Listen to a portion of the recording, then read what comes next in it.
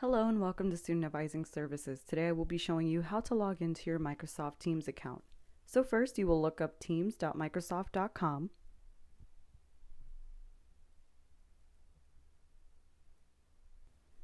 In order to sign in, you will need to use your CUNY First credentials, so your username will be your first name, period, last name, the last two digits of your EMPL ID at login.cuny.edu.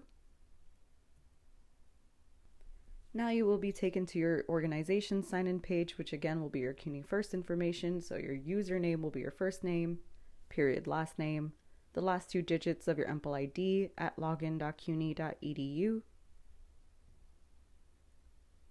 And your password will be the same CUNY First password.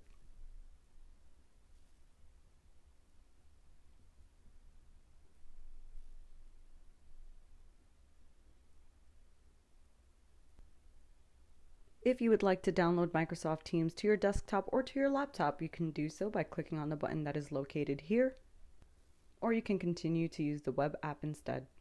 Now that you've logged into your Microsoft Teams, this will be the platform where you can meet with your advisors.